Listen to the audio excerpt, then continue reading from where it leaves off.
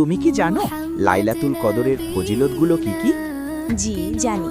লাইলাতুল কদর হলো অনেক বরকতময় ও গুরুত্বপূর্ণ একটি রাত।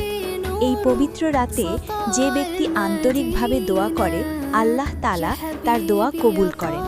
এর ফজিলতগুলো হলো: ১. লাইলাতুল কদর হাজার মাসের ইবাদতের চেয়েও উত্তম। ২. এই রাতেই পবিত্র কুরআন নাজিল হয়েছে। ৩. এই রাতে ফেরেশতারা ও জিবরাইল আলাইহিসসালাম পৃথিবীতে অবতরণ করেন। ৪.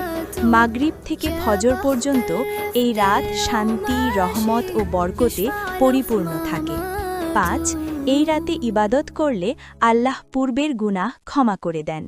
৬. এই রাতে করা দোয়া কবুল হওয়ার অনেক সুযোগ থাকে। ৭.